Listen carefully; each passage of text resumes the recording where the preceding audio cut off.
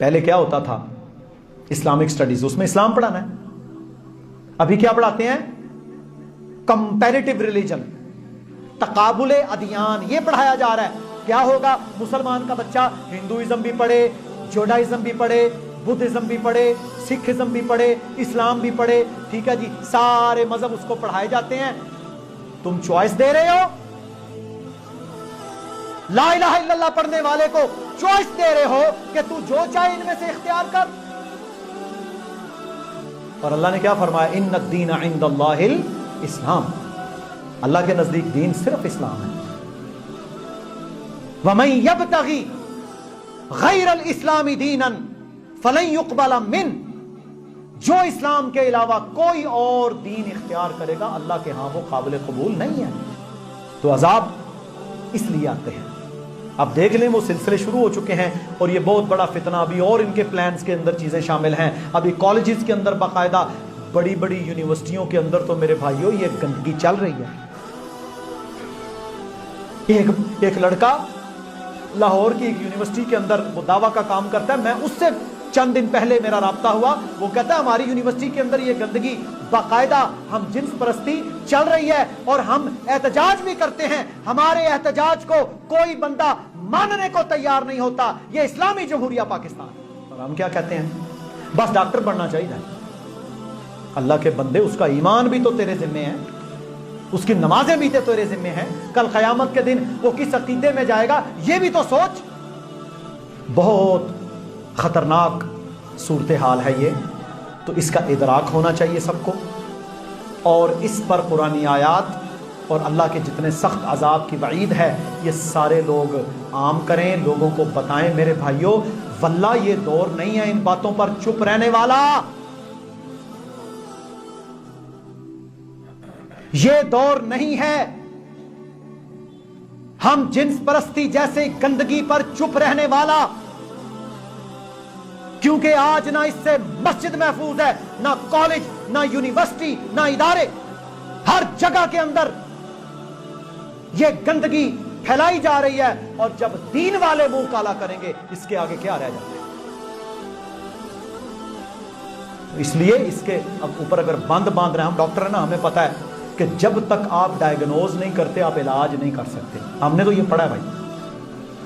کسی مرض کی تشخیص آپ نہیں کریں گے، پراپرلی ڈائیگنوز نہیں ہوگا، آپ علاج کر سکتے ہیں؟ پتہ ہی نہیں آپ کو کہ اس کو کھانسی ہے، ریشہ ہے، بلغم ہے، اس کو وائرل انفیکشن ہے، بیکٹیریا، کیا مسئلہ ہے اس کو. جب تک تشخیص نہیں ہوگی، تشخیص کرو، اس بیماری کو جڑ سے کاٹ کر پھینکو، اپنے معاشروں کو بچاؤ. اور ہمارے لیے ایک ہی راستہ ہے کامیابی اور بچنے کا کہ ہم قرآن اور سنت کے ساتھ جڑ جائیں. بس جو دین اللہ کے نبی صلی اللہ علیہ وسلم پر نازل ہوا اس کے ساتھ ڈٹ جائیں. اور یہ دنیا تو میرے بھائیوں آنی جانی ہے. ہم نے دیکھے دنیا کے امیر ترین لوگ خودکشیاں کرتے. 2006 کے اندر برطانیہ کا دوسرا امیر ترین آدمی اس نے خودکشی کر لی. اس نے پھر ڈائری لکھی. پروفیشنل کرتے ہیں نا خودکشی، کہ میں کیوں خودکشی کر رہا ہوں. اس کا سارا جو نتیجہ تھا وہ کیا تھا کہ میری زندگی میں سکون نہیں ہے، میری زندگی میں سکون نہیں ہے. میرے بھائیوں 1 منٹ میں اتنے $1000 کمانے والا 1 منٹ میں بیٹھے ہوئے اس کا کام چل رہا ہے، اربوں ڈالر کا وہ مالک ہے، لیکن زندگی میں سکون نہیں ہے. کیونکہ ایمان کوئی نہیں، آخرت کوئی نہیں، مقصد کوئی نہیں. یہ نہیں پتا میں دنیا میں آیا کیوں ہوں، مجھے بھیجا کیوں گیا، میں نے جانا کہاں ہے، میرا مالک کون ہے، میرا خالق کون ہے، آخرت میں میں نے حساب دینا ہے، اللہ مجھ سے پوچھے گا. اصل زندگی آخرت کی زندگی ہے، یہ دارالعمل ہے. یہ تو پتہ ہی نہیں. وہ تو کہتا ہے ہم پیدا ہوئے مر جائیں گے، دیٹس اٹ. کوئی کہتا ہے 7 جنم ہے، کوئی کہتا ہے 50 جنم ہے. اسلام بتاتا ہے کہ تو دنیا میں بے مقصد نہیں بھیجا گیا کہ تو جانوروں کی طرح بچے پیدا کرے اور روٹی کھائے. تیرا دنیا میں آنے کا مقصد ہے. تجھے اولاد بھی دی تو تو نے ان کو دین پر چلانا ہے. تو جنت سے نکلا تھا ایک بات پر کہ اللہ نے کہا تھا یہ نہیں کرنا، تو نے کیا، تیرا اصل گھر پھر وہی جنت ہے. یہ 50 60 70 سال 80 سال 100 سال کے لیے تجھے اس دار العمل میں بھیجا ہے، جا اس کے اندر سے گزر کے آ، پھر میرے پاس آ۔ ہمیشہ کی آسودگی چاہتا ہے تو وہ تجھے جنت میں ملے گی۔ یہ ایمان ہے، یہ قرآن ہے، یہ اسلام ہے، یہ عقیدہ سارے نبیوں کی دعوت ہے۔ ہم کس راستے پر چل چکے؟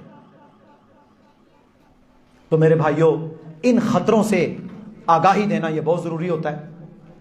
آپ لوگ انہیں سنجیدہ لیں۔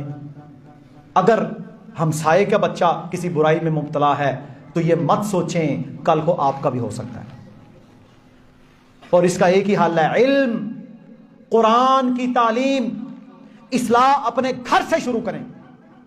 مجھے ایک بندہ کہتا ہے جی آج کل کے حالات میں مجھے نصیحت کریں۔ میں نے کہا جی میں اپنے آپ کو پہلے اور آپ کو بعد میں یہ نصیحت کرتا ہوں، یا ایھا الذین آمنوا، قرآن کی اس آیت کے ساتھ، یا ایھا الذین آمنوا، اے ایمان والو، قوا انفسکم واہلیکم نارا، اپنے آپ کو اور اپنی اولادوں کو آگ سے بچاؤ۔